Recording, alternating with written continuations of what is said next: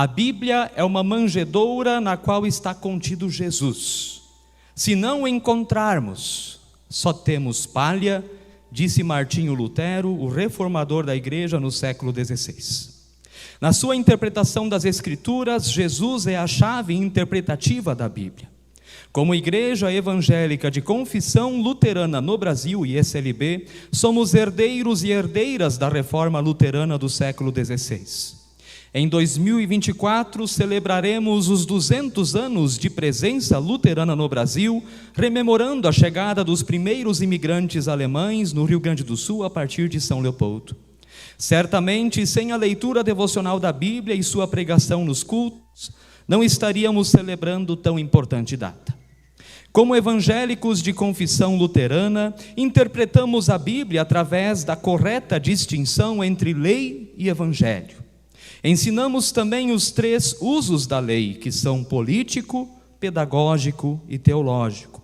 Por amor à brevidade, destaco apenas o primeiro uso. O uso político da lei, que era a organização da sociedade para que a vida seja possível. Este é o uso civil da lei, que difere do evangelho, que diz respeito à salvação do ser humano.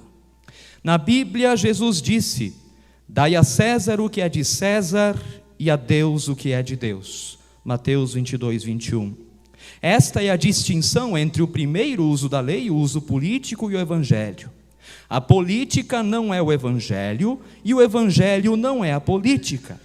Esta é uma importante ênfase da teologia luterana com consequências práticas, pois quando o primeiro uso da lei é transformado no evangelho, surgem salvadores em todo o espectro político com propostas de salvação através da atuação política, como se fossem os únicos capazes de nos salvar, e isso em todos os lados. De outro lado, quando o evangelho é reduzido ao primeiro uso da lei, a esperança cristã é esvaziada e trazida apenas para o presente, como se a salvação dissesse respeito apenas às coisas deste mundo. A partir da distinção entre lei e evangelho, cremos, confessamos e ensinamos que a igreja e o Estado são realidades importantes. A igreja ou as igrejas não devem exercer um governo terreno através do Estado, pois sua pátria está nos céus. Da mesma forma, o Estado não governa a igreja, mas os cidadãos.